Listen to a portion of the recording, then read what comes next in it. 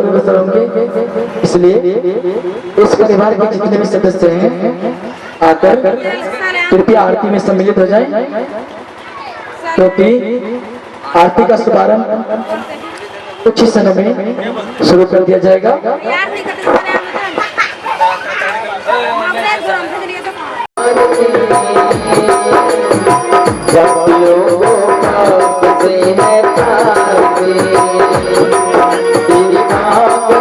भगवान की है आरती, पापियों को कांपते हैं तारते, पापियों को कांपते,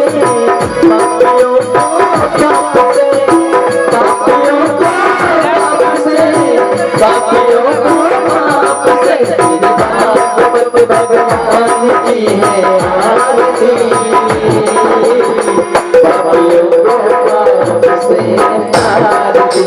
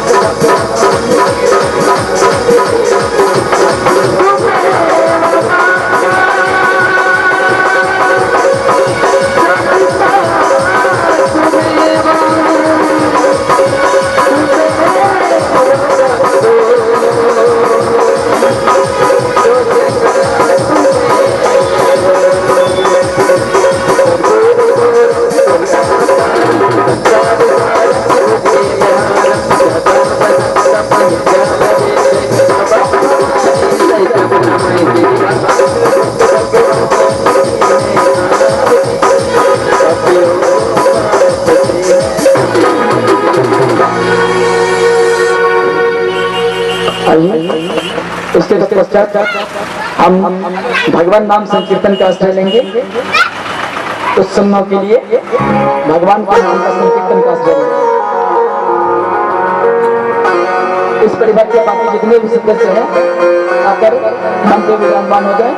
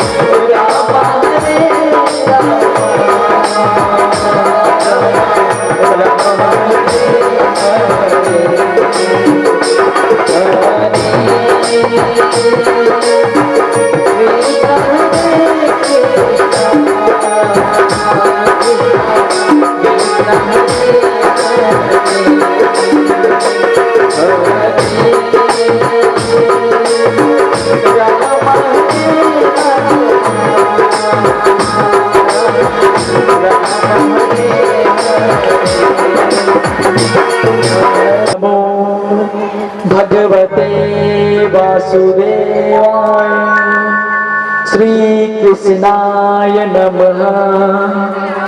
श्री गुरुवे नमः।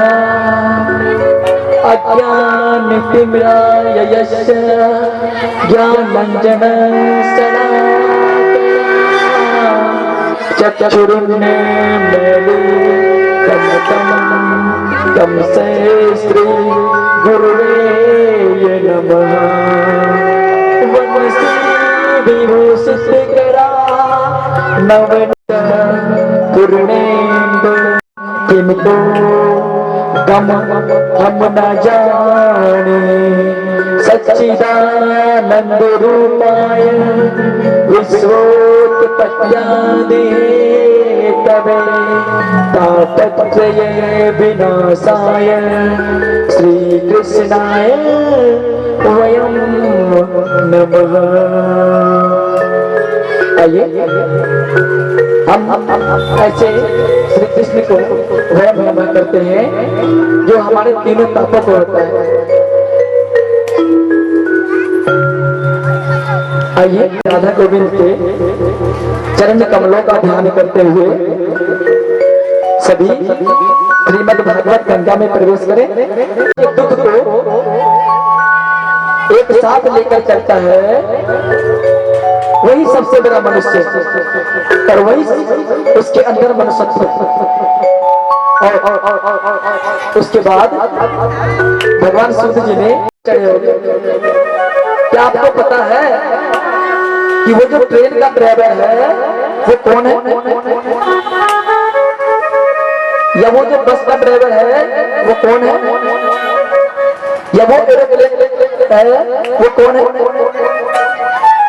आपको उसका कोई पता नहीं, लेकिन आप फिर भी निस्वार्थ होकर आराम से सो जाते हो, रिजर्वेशन करवाते हो और आराम से सोते खाते बैठते जाते हो, जबकि मालूम नहीं है कि वो कौन है जो ट्रेन को चला रहा है, जो बस को चला रहा है और जो एरोप्लेन को चला रहा है।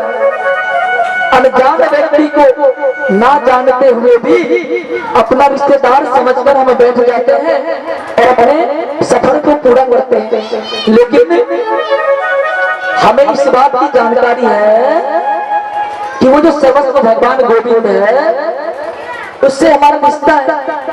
हम उसकी पूजा करते हैं, उसकी आराधना करते हैं, ऐसे करते। उसके बाद पूछा उसको, क्या तुझे ABCD आता है? फिर उसने सर हिलाया। उसके बावजूद भी उस पढ़े लिखे लड़के ने कहा कि अरे भाई, अगर तूने कुछ नहीं पढ़ा तो तेरे जीवन का कोई फायदा ही नहीं है।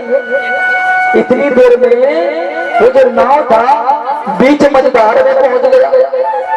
उसके बाद क्या हुआ महाराज? अब जो है उस नदी में भूचाल आ गया, भूचाल, नाव डगमगाने लगा। अब जो है वो मूर्ख व्यक्ति उस पढ़े लिखे व्यक्ति को कहता है कि अच्छा तू एक बात बता, तू तो इतना पढ़ा लिखा है, क्या तुझे तैरने आता है? वो कहता नहीं आता है। तब तेरे पढ़े लिखे का क्या फायदा है? और जैसे ही तूफान आया, भूचाल आया, वो मूर्ख व्यक्ति बेटा घोसा और पानी में कूद के तैर के उस पार हो गया, और जो पढ़ा लिखा था वो उसी पानी में डूब गया।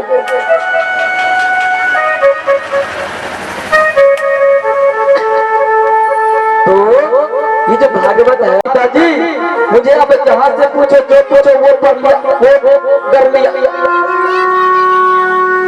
आज पिताजी ने इसको कोई सवाल किया, पिताजी के सवाल का जवाब नहीं दे पाए। पिताजी ने एक लगा दिया, खींच के लगा। अब क्या हुआ? वो लड़का क्रोधित हो गया। अब उसके पिता ने उसके आने की खुशी में आज भगवान सत्यनारायण का पूजा रखा था। तो पूजा जो रखा था, आज पंडित जी आ गया पूजा करने के लिए, सारा सामग्री लाया, लेकिन एक व्यक्ति भूल गया लाने के लिए। क्या भूल गया? आज वो पान भूल गया लाने के लिए, जो पूजा का मुख्य चीज होता है। तो पंडित जी जो बैठा उसको कहा कि अरे भैया, उस लड़के से पंडित जी ने कहा कि अरे भैया, अगर पान नहीं है तो चलो मैं इस धागे से काम चला देता हूँ। तो ये जो बात था उस लड़के को याद रह गया, जो उसका लड़का था उस सेठ, उस पंडित। सारा पूजा पाठ सब कुछ हो गया। उसके बाद क्या हुआ महाराज? जब पंडित जी का दक्षिणा लेने का बारी आया तो उस लड़के को याद था, उसने कहा था ये पान नहीं है, तो इसे धागे से काम चला लेना। अब पंडित जी दक्षिणा मांग रहा है कि पंडित जी आप भी इस धागे से काम चला लो। आज पंडित जी क्रोधित हो गए, बहुत क्रोधित हो गए पंडित जी। कहने लगा अरे सेठ ये कैसा नालायक तूने पाल रखा है जो पंडित जी का अपमान करता है। तब जाकर आज जो है उस लड़के ने अपने अज्ञानता को स्वीकार किया और भगवान के चरण में पड़ गए।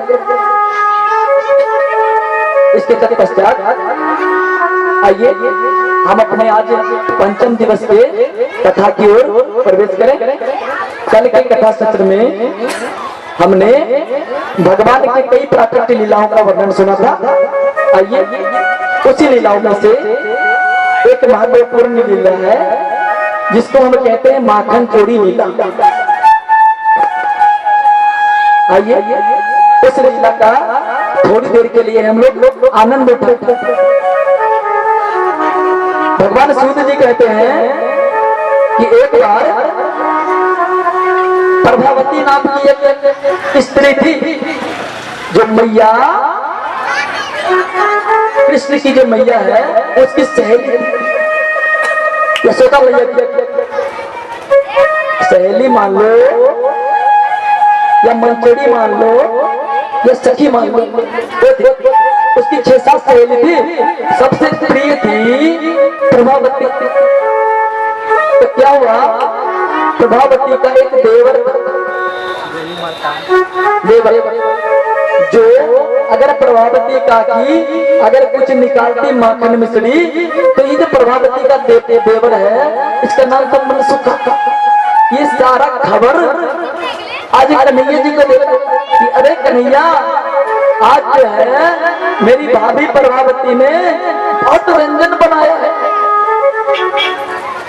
तब जाकर जो ठाकुर जी की टीम है वो चोरी करता। एक दिन क्या हुआ प्रभावती काकी बड़ा परेशान हो गई। प्रभावती काकी ने सोचा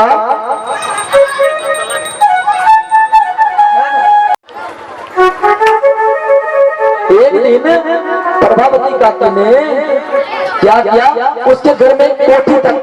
कोठी तो समझते हो उसमें वो घुस गई। उससे पहले उसने क्या किया जो माखन का हंडी आज जो है ठाकुर जी का सारा मंडली पहुंच गए प्रभावती के काकी के घर।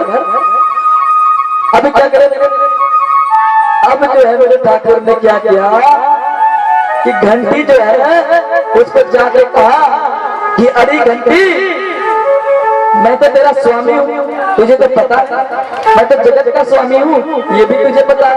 घंटी ने कहा हाँ प्रभु तो एक काम करना जब मैं तुझे निकालूं तो तू बजना मत।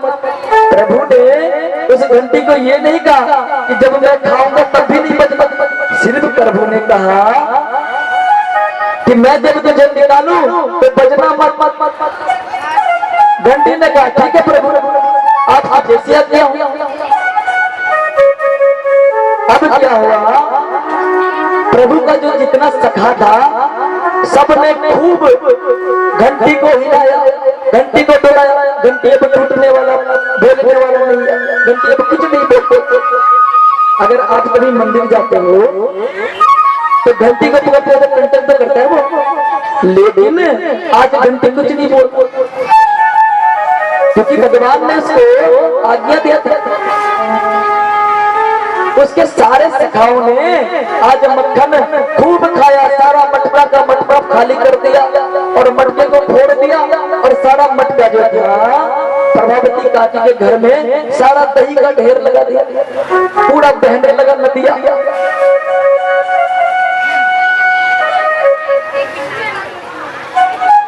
अब क्या होगा अब जो है अब ठाकुर जी की बात। ठाकुर जी ने जैसे निकाला मक्खन घंटी को उसने कहा था कि जब मैं मक्खन निकालूंगा तो तू बचना मत। घंटी ने वही किया। जब जैसे ही ठाकुर जी ने मक्खन को अपने मुख में लिया घंटी बजने लगा। टन टन टन टन टन टन करने लगा। जो है प्रभावती का कोठी से निकली और झट से इसका हाथ पकड़ा कन्हैया का और कहा कि बड़े दिनों के बाद आज मैंने चोर को पकड़ा है।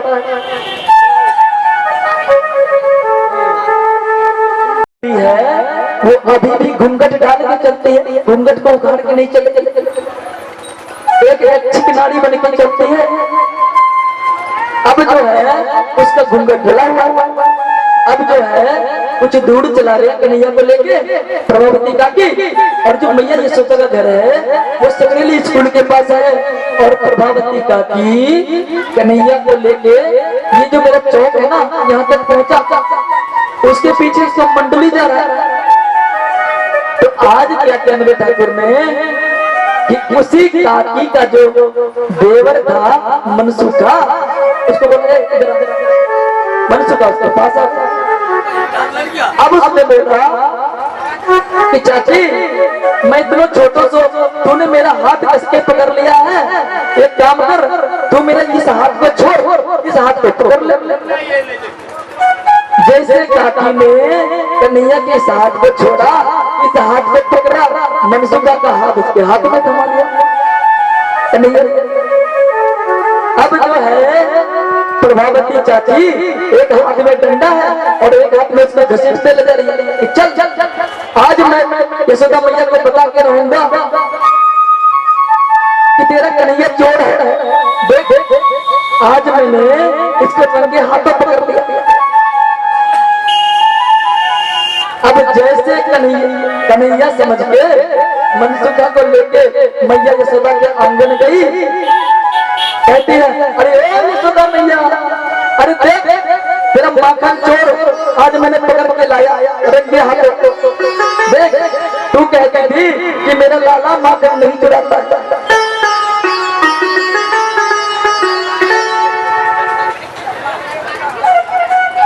अब जो है मैया यशोदा कहती है कि अरे प्रभावती, अरे बाबरी, तू अपने घूंघट को हटा। कहता है अपने घूंघट को हटा। अब जैसे प्रभावती चाचा ने अपने घूंघट को हटाया और देखा तो आज हाथ में कन्हैया नहीं बल्कि मनसुखा था। अब जो है कन्हैया जी उसको मैया यशोदा की गोद में बैठ कर ऐसे और कह रहा है कि आज जो है तूने मेरा हाथ पकड़ा तो आज मैंने तेरे देवर का हाथ पकड़ाया। अगर आइंदा कोशिश करेगी तो तेरे खसम का हाथ पकड़ा दूंगा। अब प्रभावती चाचा बिल्कुल नाराज हो गई और चले गई। अब कहती है कि अब जो है प्रभावती चाचा ने दूसरे दिन क्या काम किया, ढेर सारा माखन बनाया, बड़ा स्वादिष्ट स्वादिष्ट माखन बनाया और अपने देवर को सुना सुना के कह रही है कि अरे आज तो बड़ा माखन बन गया। ये बात आज मनसुखा ने फिर जाके ठाकुर को बताया।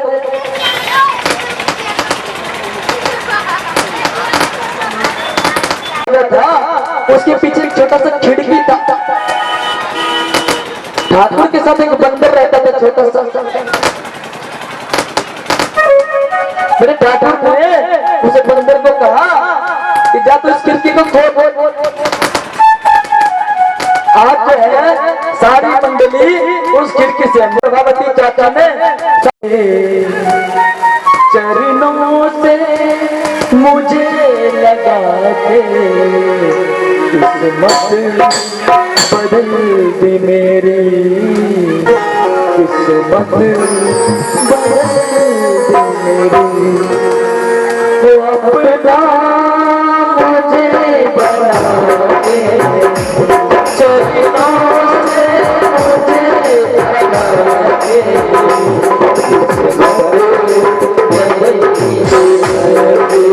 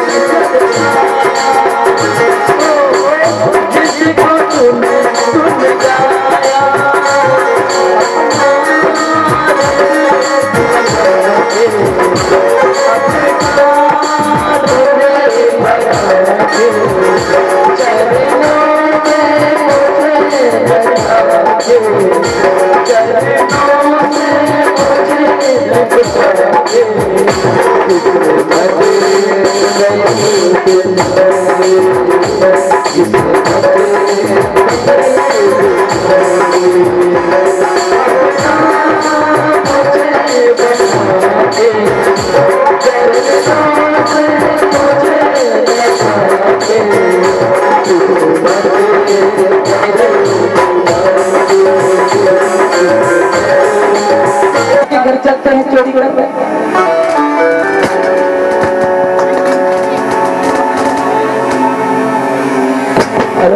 अब तो है सारी मंडली उस चाचा के घर पहुंच गए चोरी करने,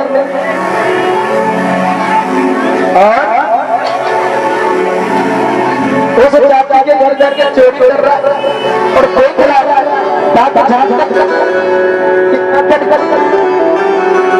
नागर की मटकी को ढूंढ रहा कन्हैया और कन्हैया के सखा सब मिलकर आज नागर की मटकी ढूंढ रहा। अब देख रहा है कि ये जो चाची है वो यमुना स्नान को गई है, इतनी ही देर में हम बादल चोरी करेंगे। अब क्या हुआ कि मटकी को आज कन्हैया ने अपने हाथ से फोड़ दिया और सब मिलकर सब सखन के साथ आज माखन खाने लगा। आज जो है मेरे कन्हैया माखन खाने लगा। बोले कृष्ण कन्हैया लाल की, कृष्ण कन्हैया लाल की। आज जो है ब्रज में खूब जयकारा हुआ, खूब कन्हैया जी। आज जो है उस दूसरी वाली चाची का घर पे जो मटका था उसको भी कन्हैया के जो सखा थे फोड़ दिया। अब और चाची जो है मन ही मन कन्हैया सोचने लगी,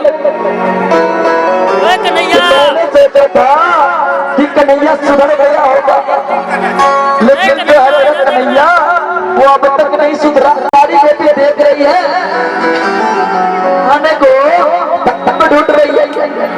अब जो है सारी गोपी तालाब में ढूंढकर आज अपने वस्त्र से कहीं पे रख के स्नान करने की तैयारी में है।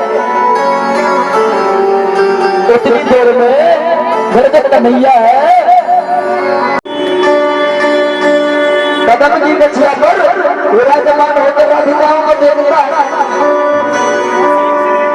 आज सारी गोपियों ने अपना वस्त्र जो है रख दिया, सारा वस्त्र रख दिया और नहाने को तालाब में घुस गई। सारी गोपियां नहा रही है, उमंग ले रही है और मेरा ठाकुर छुप के देख रहा है, छुप के देख रहा है मेरा ठाकुर। कौन से सुशीला आ गई विशाखा आ गई जो नहा रही है। आज मेरे ठाकुर ने क्या काम किया, सारी राधिकाओं का वस्त्र चोरी कर लिया, सारी राधिकाओं का वस्त्र चुन लिया मेरे ठाकुर ने। सारी राधिकाओं का कदम की गछिया में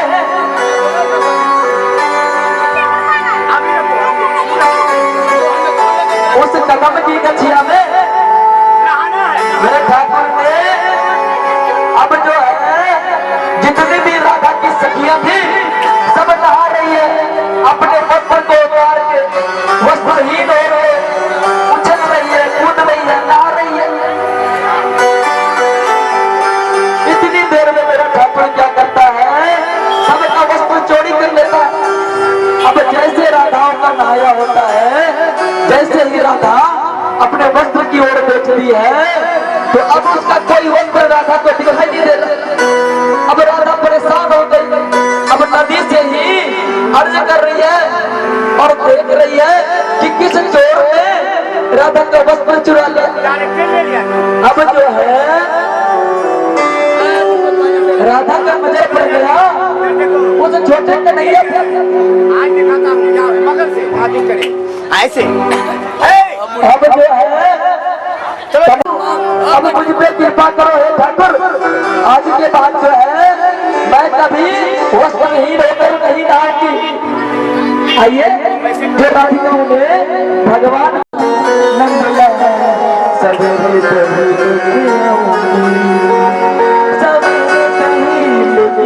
आऊंगी, सवेरे दही लेके आऊंगी, मेरा छोड़ दे, मेरा छोड़ दे दुपट्टा नंदलाल सवेरे दही लेके आऊंगी, छोड़ दे दुपट्टा नंदलाल सवेरे दही लेके आऊंगी, सवेरे दही लेके आऊंगी।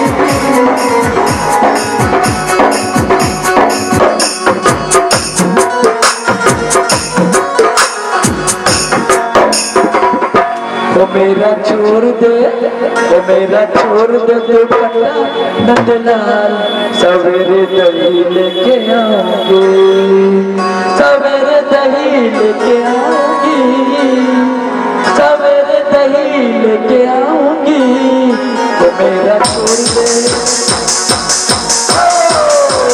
छोड़ दे दुपट्टा रख ले, तो मेरा रख ले।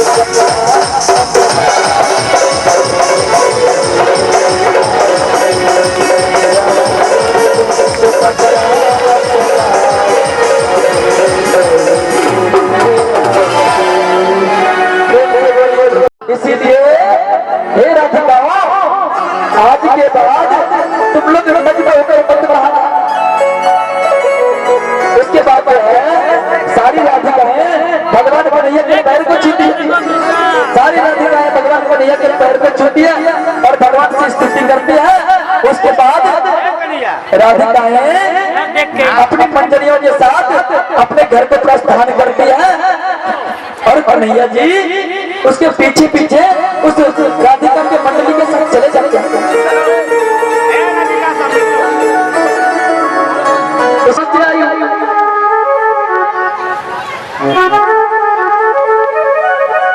तू किससे मिलना चाहते हैं? अरे मैया ने कहा तो आज मैया क्या कहती है कि मैं बस घूमते घूमते आ गई। आज जो है मैया ने यशोदा मैया ने आज राधिका मैया को बिठाया, खाना खिलाया, वस्त्र चेंज कर दिया और आज क्या किया, हल्दी मंगाया, कुमकुम मंगाया। शादी में जो नजर लगाते हैं उसको क्या बोलते हैं, जिससे शरीर खुशबू करता है। आज जो है मैया ने कासा भी मंगवा दिया। अब क्या किया मैया ने, राधिका को अपने समीप बिठा लिया। बिठाकर जितना भी चीज था, कासा, कुमकुम, हल्दी, सबको मिलाया और आज हाथ में लगा दिया। कहा कि आज से तुम मेरी पुत्र बधू हो गई। अब तो राधा रानी रुदन चालू कर दिया, रो रही जोर जोर से।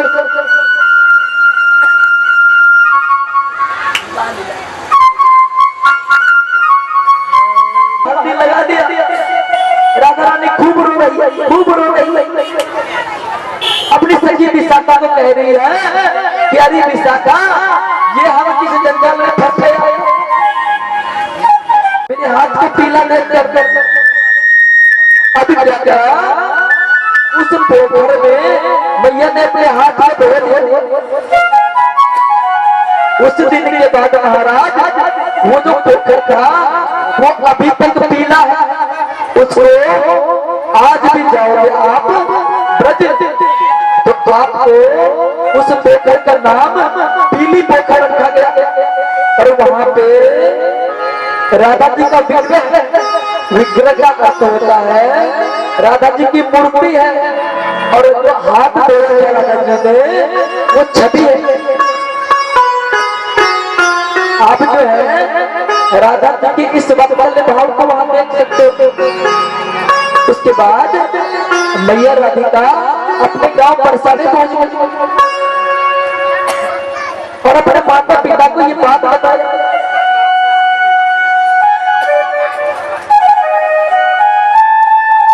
आज उसके माता पिता ने सोचा, वृषभानु जी ने और मैया ने सोचा कि ये क्या कर दिया मेरे पुत्री के साथ साथ।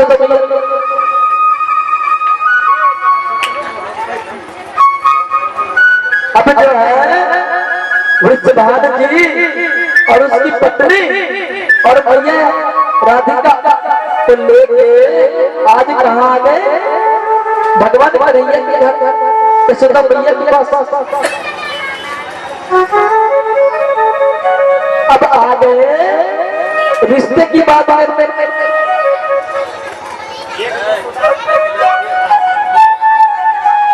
रिश्तों की बात वाली महाराज, आज जो है राधिका जी से पूछा गया कि ये जो वर है ये तुझे कैसे लग रहा है। आज भैया राधिका को पूछा, उधर भगवान कन्हैया को पूछा, दोनों मन नमस्कार है, एक दूसरे के वाले को देख के मगन है दोनों। अभी क्या करे महाराज, अभी क्या। उसके बाद विवाह का जो था वो समय नजदीक आता गया, लेकिन आज राधा मैया के साथ नहीं हुई। मैया ने उसको दूध पिलाना आरंभ किया। उसके पश्चात क्या हुआ महाराज कि मैया को कुछ आभास हुआ कि मेरा दूध चल रहा है। आज दूध गिरने का जो संकेत तो मैया को लगा, दूध का धारा बह रहा था, तो मैया ने क्या किया, मेरे कन्हैया को नीचे रख दिया और चले गए अपने दूध को बचा। तो दूध को बचा दिया, आने से आने तक मेरे छोटे कन्हैया ने क्या किया कि एक डंडे से 7 मटकियों को फोड़ डाला, जितने मटकियों में मक्खन मिश्री भरा था। जब सबको फोड़ डाला, अब जो मैया है जैसे उधर से आई तो मेरे ठाकुर कांप रहे हैं।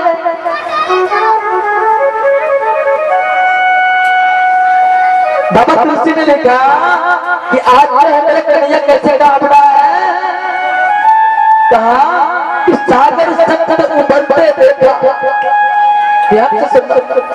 सागर संकट उबलते देखा, यशोदा मैया के डर से आज अपने कन्हैया को दीर्घ मृत्यु को टलते देखा, कि जिसकी एक भ्रिकुटी से बड़े बड़े सागरों में तूफान आ जाता है, आज वो ठाकुर इस यशोदा मैया के डर से रो रहे। तब तुलसीदास ने वर्णन किया, तब सूर भगवान वेदव्यास जी ने भी कहा कि आज मेरा ठाकुर रो रहा है, आज जो है मेरे सारे मटमट को फोड़ दिया, आज मैया मुझे दंडित करेंगे।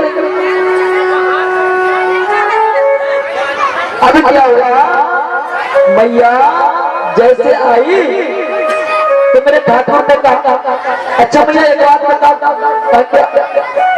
कि तो दूध प्यारा है कि दूध? तो मैया ने कहा दूध। तो एक बात बता, तूने मुझे नीचे पटक के क्यों दूध को बचाने चले गए?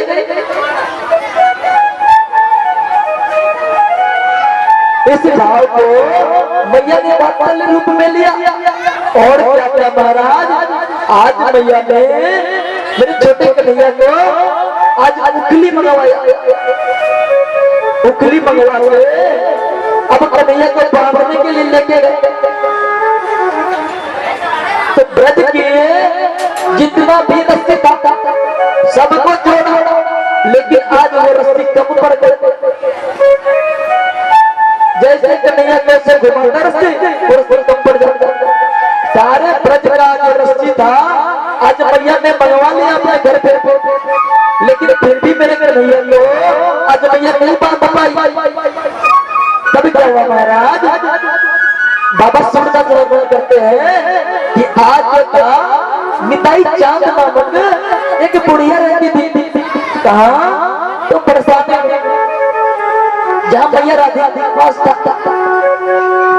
आज जो है मिताई चांद बुढ़िया ने ये चीज देखा तो क्या क्या, आज ये बुढ़िया चले गई बरसाने और राधिका रानी से एक छोटा सा रस्सी आज वो रस्सी लेके आई मिताई चांद, और आज ये सदा मैया को दिया। और जैसे ही उस रस्सी से मैया ने छोटे से कन्हैया को बांधा, वो कन्हैया बंद हो गया। अब आप बताइए ये कैसे बंधा? ये जो है मेरे कन्हैया ने कहा कि जो मैं संसार के किसी भी फॉर्म से बंधने वाला नहीं हूं। तो किसी ने पूछा कि आप किस चीज से बंधते हो? तो कहा भाव रूपी जो कर्म है, प्रेम रूपी जो कर्म है, केवल उसी से मैं बंध सकता हूं। तब जो है मेरे कन्हैया ने दोनों हाथ ऊपर कर दिया, जैसे एक चोर भागता है ना, उसके पीछे पुलिस भागती है। तो जब चोर थक जाता है भागते भागते, तो वो क्या करता है, अपने आप को सरेंडर कर देता है कि लो अब मैं सरेंडर कर दिया, अब मैं भाग नहीं सकता, मुझे गिरफ्तार कर लो, गोली मत चलाना। आज जो है वही बात चले था, मेरे ठाकुर ने मैया को दिया। अब क्या क्या महाराज, इसकी मैया यशोदा ने उखली से जैसे बांधा, बांधने के बाद मैया चली गई। कहाँ चली गई? माधन निकाल। इतनी देर में जो है मेरे छोटे से कन्हैया ने क्या किया, जय और विजय नामक जो भगवान का द्वारपाल था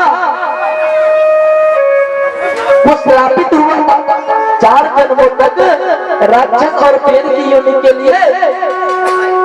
तो भगवान ने अपने मुंह से कहा था ये श्राप था संघातिक ऋषियों का, उससे मुक्ति मैं तुझे द्वापर में दिलवाऊंगा। आज जो है वही जय और विजय पेड़ के रूप में मैया यशोदा के आंगन में था। आज क्या किया मेरे ठाकुर ने, उखली को गरकाते गरकाते गरकाते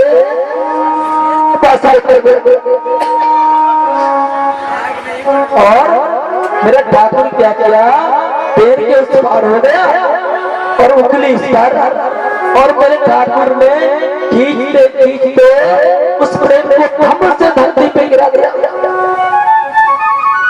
पेड़ धम से धरती पे गिरा। और ये जो लीला है, ये जो मेरे कन्हैया का सखा था, पुलक देख रहा था पास में खड़ा होकर, इतना विशाल पेड़ एक छोटे से बालक ने गिरा दिया। अब जो है महाराज, उस पेड़ से दो देवदूत निकला जो उड़ रहा है, आकाश में उड़ रहा है और कह रहा है, प्रभु धन्य हो प्रभु, आपने हमें इस योनि से मुक्त कर दिया।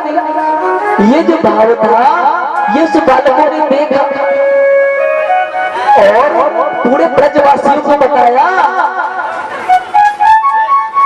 कि आज मेरे छोटे से कन्हैया ने एक पेड़ में निकला हुआ देवदूत को निकाल दिया, देवदूत को आज मुक्त कर दिया।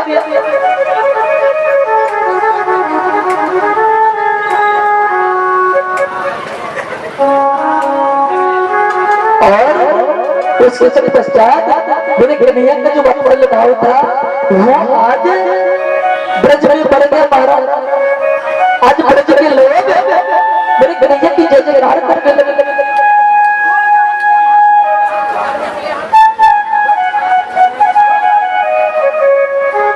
उसके पश्चात भगवान सूत जी ने 88,000 ऋषियों को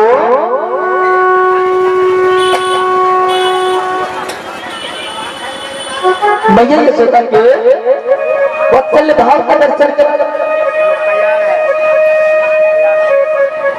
आइए हम लोग भगवान के विवाह लीला का जो प्रसंग है, थोड़ी देर के लिए उसका आनंद ले। उसके बाद भगवान सूत जी ने 88,000 ऋषियों को कहा कि हे ऋषियों, मेरे जो कन्हैया है उसने राधिका से शादी नहीं की, विवाह नहीं किया। अब क्यों नहीं किया? क्योंकि ब्रज का नियम था कि ब्रज के जो लोग हैं वो बरसाने में विवाह नहीं कर सकते। इसी वजह से आज मेरे ठाकुर ने अपना मान भले भक्त का मान टलते देखा, आज सागर सत्संग बढ़ते देखा। ये कहा मेरे ठाकुर कि मेरा मान टल जाए लेकिन भक्त का मान मैं टलने नहीं दूंगा। आसमान को न डलाते हुए भगवान ने मैया रुक्मिणी से शादी किया। आइए हम भी विवाह का एक दृश्य का अनुभव करें। आइए हम भी इस विवाह राधिकाओं का आगमन हुआ। स्टार्ट कीजिए,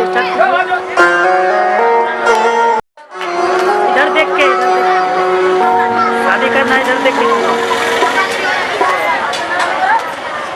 मेरे घर आना सावरिया, तोहे जाने ना दूंगी, अरे जाने ना दूंगी कान्हा, जाने ना दूंगी। फिर क्या करेगी? अरे कर लूंगी पसंद के दरिया, तुझे कर लूंगी पसंद के दरिया, मेरे घर दिया तुझे जाने ना दूंगी, जाने ना दूंगी कान्हा, जाने ना दूंगी, जाने ना दूंगी कान्हा, जाने ना दूंगी। अरे राधा क्या करेगी तू? कर लूंगी पसंद के दरिया, तुझे जाने ना दूंगी, कर लूंगी पसंद के दरिया,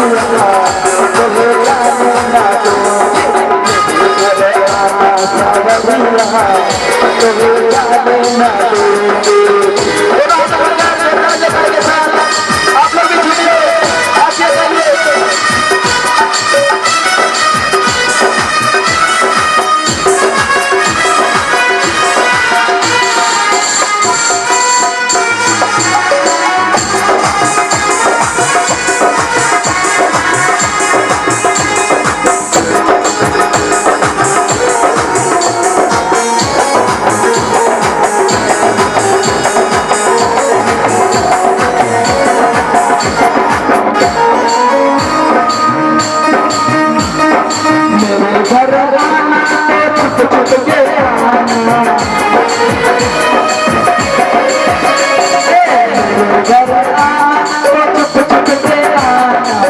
छुप के आना था, छुप के आना, छुप के आना था, छुप के आना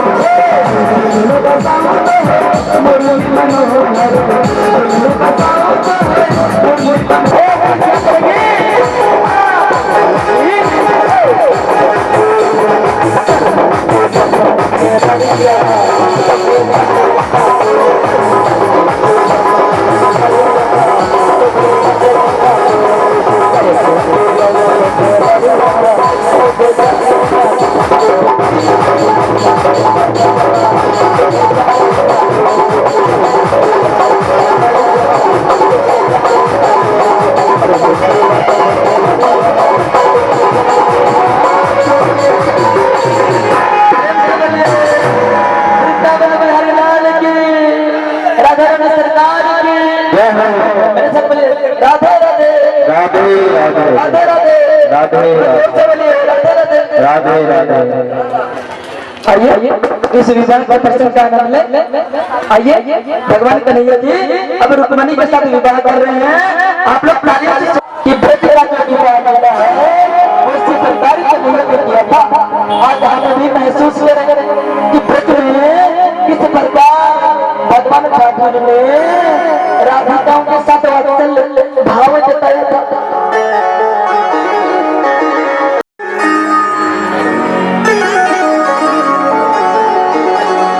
ये वात्सल्य भाव है हमारे ब्रज का।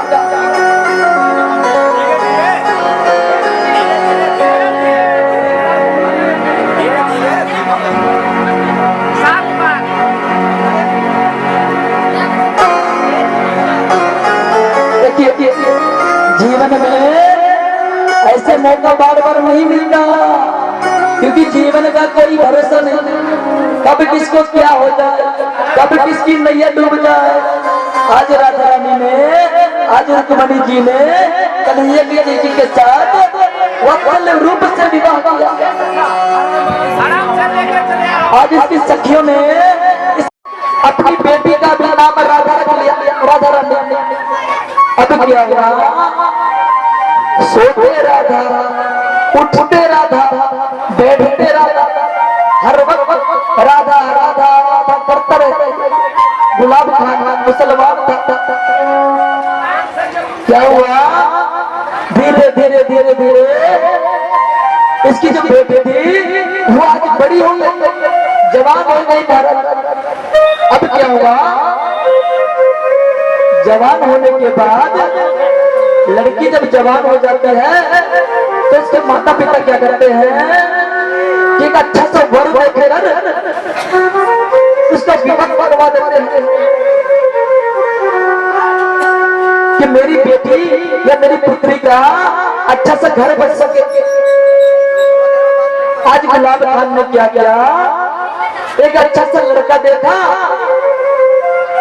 और आज अपनी बिटिया राधा रानी का विवाह उसके साथ कर दिया। अब जब विवाह हो गया तो वो जो लड़का था जिसके संग विवाह हुआ, आज राधा रानी को लेकर चले गए अपने घर। अब जो है गुलाब खान का मन व्याकुल हो रहा है कि मेरी पुत्री कहाँ चले गई। अब ये खाना तक छोड़ दिया गुलाब खान ने, खाना तक तो भूल गया। जब मंदिर में जाता था आज मंदिर भी जाना भूल गया। इसके अंदर वियोग आ गया, बेटी का वियोग कि हे राधा, हे राधा, हे राधा कहाँ है, कहाँ चले गई मेरी पुत्री, तू कहाँ चले गई मुझे छोड़। आज शरीर सूख गया इसका। एक दिन क्या हुआ कि आज जो है गुलाब खान मंदिर में गया। मंदिर में जाकर मंदिर की सीढ़ियों से चढ़ के मंदिर के अंदर गया और वहां जो है खूब जोर जोर से रोने लगा, चिल्लाने लगा, हाय राधा, हाय राधा, हाय राधा। अब क्या हुआ कि जैसे शाम का समय था, जैसे शाम को सीढ़ी से उतरा गुलाब खान को मैया राधिका ने, जो भगवान श्री कृष्ण की प्रेमिका है, आज उसने उसको अपने निकुंज में विराजमान कर लिया महाराज। निकुंज आज जो है गुलाब खान की जो भक्ति थी उसको देखकर आज निकुंज में वास कर दिया। अब तो गुलाब खान निकुंज मैया राधिका के संग अब जो है ब्रज के लोगों ने सोचा कि जो गुलाब खान था वो पुत्री के लिए पागल हो गया था, पुत्री का वियोग सता रहा था उसको। क्या पता गुलाब खान मर गए। तो गांव वालों ने क्या किया, आज जो है जब 13-14 दिन हो गया गुलाब खान नहीं दिखा, तो गांव वालों ने उसका क्रियाक्रम करवा दिया। कहा कि गुलाब खान मर गया।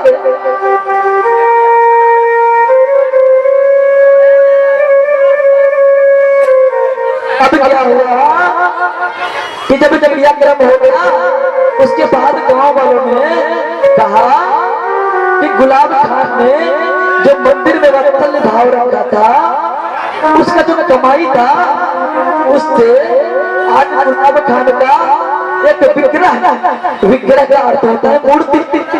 आज अगर आप ब्रज जाओगे तो वहां राधा रानी का जो मंदिर है उसके सामने आपको गुलाब खान का विग्रह मिलेगा।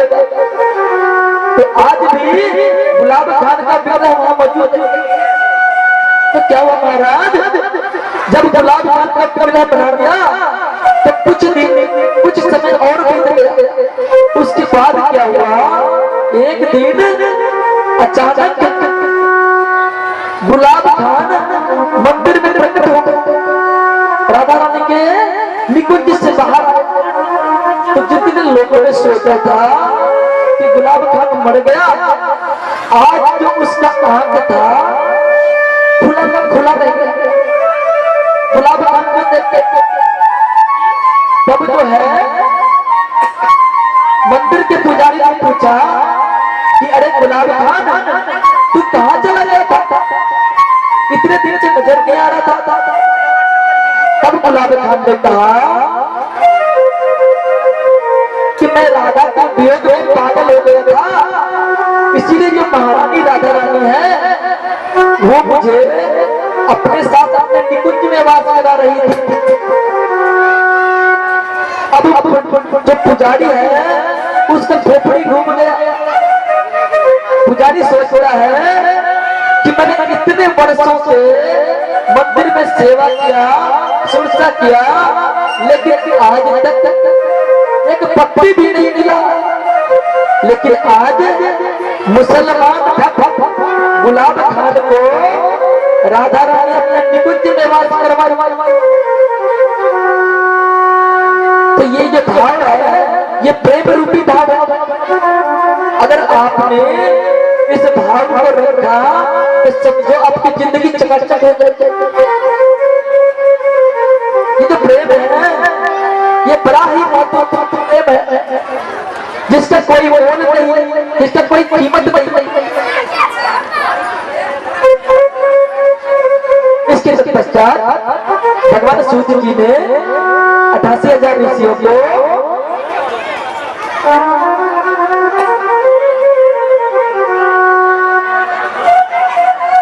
गोपी संवाद सुनाया। एक समय ऐसा आया जब महाभारत का युद्ध हो रहा था। तो युद्ध में जो है आज मेरे कन्हैया ने पांडवों का विजय कर दिया था और कौरवों का जो है अंत करवा दिया था। उसके बाद की कथा है।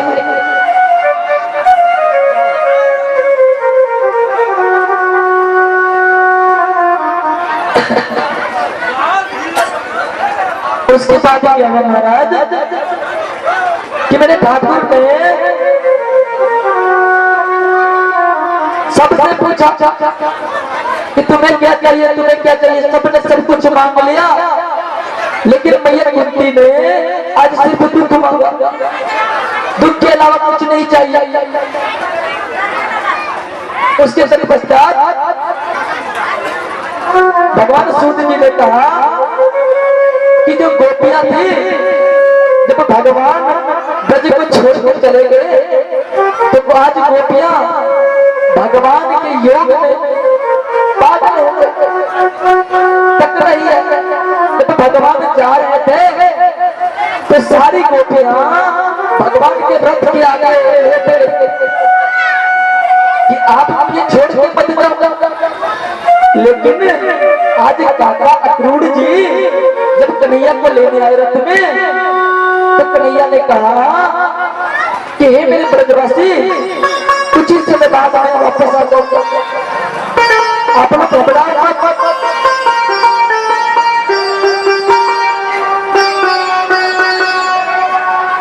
आप लोग मेरा इंतजार कर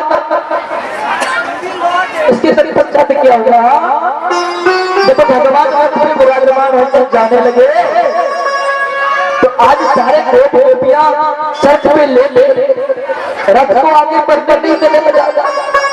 भगवान ने बहुत भाव आज गोपियों को मनाने के पश्चात क्या हुआ कि गोपियां जो है मेरे ठाकुर को देखने के लिए आज पेड़ पे चढ़ गई। पेड़ पे जब पेड़ पे चढ़ी कि ठाकुर को देख रहा है, निहार रहा कि मेरे ठाकुर कितना दूर चला गया, उसको देखता रहो। तो ये जो ध्यान है आज मेरे ठाकुर पे इन गोपियों का ऐसा वात्सल्य आ गया कि आज प्राण जो है वो शरीर से निकल गया। आज ठाकुर पे ध्यान चला गया और प्राण शरीर से निकल गया और शरीर धरती पे गिरा था। सब शुद्ध बुद्ध खो गया। उसके पश्चात जब भगवान अपने मामा कंस की नगरी पहुंचा मथुरा की, तो वहां पे इसके रहन सहन का अच्छा व्यवस्था किया गया। तो आज जो है इसके रख रखाव के लिए नंद बाबा भी इसके साथ गए थे, 2-4 सखा भी इसके साथ गए थे। आज क्या क्या ठाकुर जी मथुरा पहुंचकर अपने काका क्रूड़ को कहा कि काका श्री हमें थोड़ा मथुरा घुमा दो, हम घूमना चाहते हैं, देखना चाहते हैं कि मथुरा नगरी कैसे। अब जो है ठाकुर जी के पास वस्त्र था लेकिन उसके सखाओं के पास कोई वस्त्र नहीं था। तो आज जो है ठाकुर जी का जो मामा कंस था उसका जो वस्त्र था आज इन सखाओं ने उस वस्त्र को उठा लिया। अब जो वस्त्र पहना तो पूरा घुस गया उस वस्त्र में सब सखा। अब क्या करें, अब जो है मेरे ठाकुर ने कहा कि काका यहाँ कोई दर्जी है, आज जाकर ठाकुर ने दर्जी पे गिरफ्तार किया। उसके पश्चात जब ब्रज में घूमने लगा ठाकुर तो एक गोपी था जो बरसों से मेरे ठाकुर का इंतजार कर रहा था मथुरा में। तो उसकी सास जो है वो बड़ी बेहया थी, उसको किसी को देखने नहीं देती थी। कहती थी कि तू दुल्हन है, अपने घुंघटा को गिरा के। आज जो है मेरा ठाकुर मथुरा नगरी जैसे ही पहुंचा तो क्या देखा कि सब के सब कोई छत पे चढ़कर, कोई पेड़ पे चढ़कर देख रहा है मेरे ठाकुर को, निहार रहा उसके स्वरूप को। तो आज जो है एक माधवी गोपी थी जो उसकी सास ने कहा कि तू क्यों देख रही है, तू अपने घुंघटा को नीचे कर ले, क्योंकि गांव के बड़े बुजुर्ग भी इसके साथ जा रहे हैं। तो आज इस माधवी गोपी ने क्या जवाब दिया, कहा कि अरे अभागिन सासू माँ, तेरे भाग तो फूटे हैं कि तूने इतना सुनहरा अवसर छोड़ दिया, तू मुझे देख रही है। अरे उसको देखे जो जन्म जन्मांतर ध्यान लगाने के बाद भी दर्शन नहीं देता, उसको निहार ले, तेरा भाग्य सुधर जाएगा। आज उसके भाग्य को भी सुधारा। उसके पश्चात मेरे ठाकुर ने मामा कंस का भी वर्णन किया।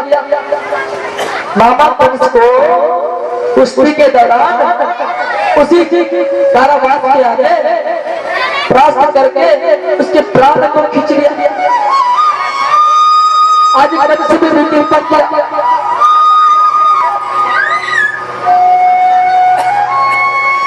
उसके पश्चात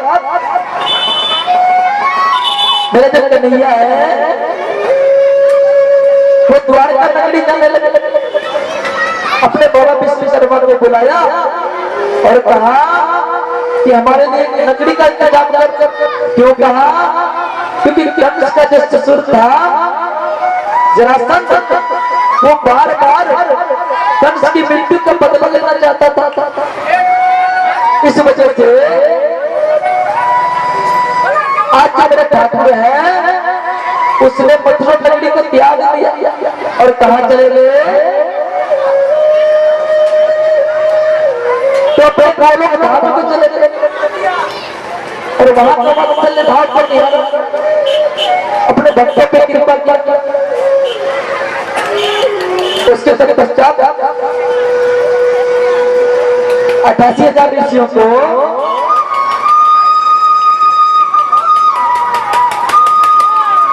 भगवान सूर्य जी ने एक और भक्त का वात्सल्य जताया। आइए हम लोग भी उस भक्त के वात्सल्य रूप का वर्णन सुनते हैं। एक समय की बात है,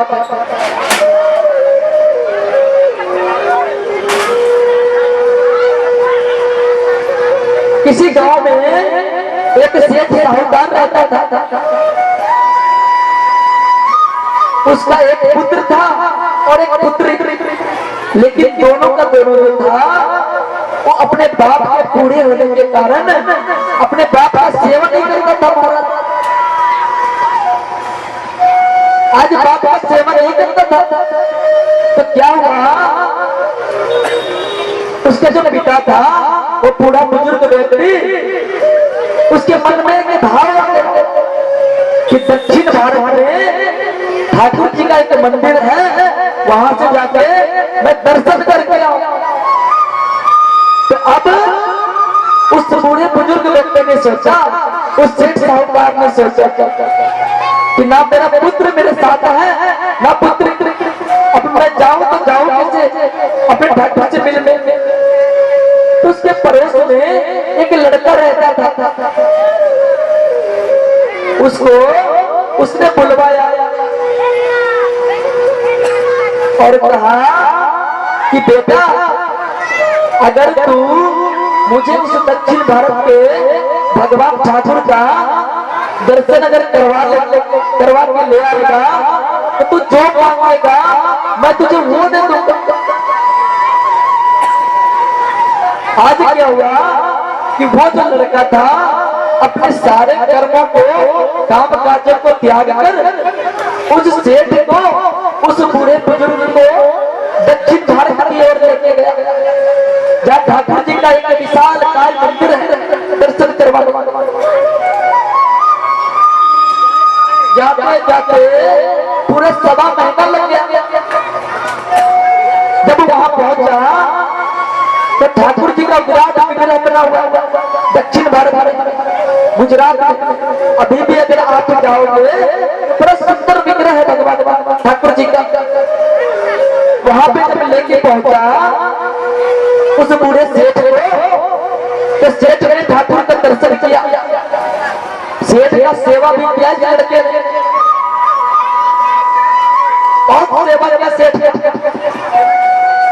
तो सेठ ने उस ठाकुर के सामने उस मूर्ति के सामने कहा कि बेटा जो काम आज तूने किया वो तो ना मेरा पुत्र ने करके दिया ना पुत्री ने, तू मांग क्या मांगता है मैं तुम्हें वो दूंगा।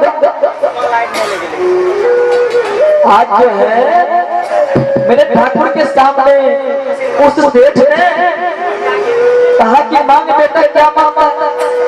तो उस लड़के ने कहा कि एक काम करो, आपकी जो पुत्री है वो भी जवान है, उसका विवाह नहीं हुआ है, तो एक काम करो इस सेवा के बदले मुझे आप अपनी पुत्री के संग विवाह करवा दो। अब उस सेठ का खोपड़ी घूम गया, कहने लगा कि इतना नीच व्यक्ति, इतना गरीब आदमी मेरी बेटी से शादी करेगा। तो उसने कहा कि हे सेठ जी, तो सेठ ने कहा चले ठीक है, तूने मेरा इतना सेवा किया, इतना ससुरता किया, तो मैंने अपनी बेटी का हाथ मेरे हाथ में दे दिया। ये कह दिया और कहा कि एक काम कर, तू मुझे मेरे घर पर पहुंचा। अब जो था वो गरीब लड़का उस सेठ को अपने साथ लेकर के उसके घर तक आया और घर पे आने के एक दिन बाद उस लड़के ने कहा कि सेठ जी आपने जो वादा किया था उसको पूरा करो। तो सेठ कहता है कौन सा वादा? अरे मैंने कौन सा वादा किया था? लड़का कहता है कि आपने कहा था कि अगर मैं आपको मंदिर का दर्शन करवा कर ले आऊं तो आप अपनी बेटी का हाथ मेरे हाथ में देंगे। वो वादा सेठ कहता है तूने कभी अपना शकल आईने में देखा है? तू जैसे भिखारी के साथ मैं अपनी बेटी का रिश्ता करवाऊंगा। अब ये लड़का फेर में पड़ गया महाराज। अब क्या करा? इस लड़के ने गांव वाले को इकट्ठा कर दिया और कहा कि हे गांव वालों, मुझे आपकी मदद की आवश्यकता है। गांव वालों ने कहा क्या बात है? इस लड़के ने कहा कि ये जो बुजुर्ग सेठ है इसने कहा था कि दक्षिण भारत में जो ठाकुर है उसके मंदिर को दर्शन जाऊंगा मैं। तू अगर मुझे लेके जाएगा, मेरे सेवा करेगा तो तू जो कहेगा मैं वो दूंगा। तो क्या कहा था इसने? कहा था कि तू जो कहेगा वो दूंगा। तो इसने कहा कि मैं अपनी पुत्री का हाथ तेरे हाथ में दे दिया, तू आज से मेरा दामाद हो गया। अब जो है ये पलट रहा है, आप लोग फैसला करिए।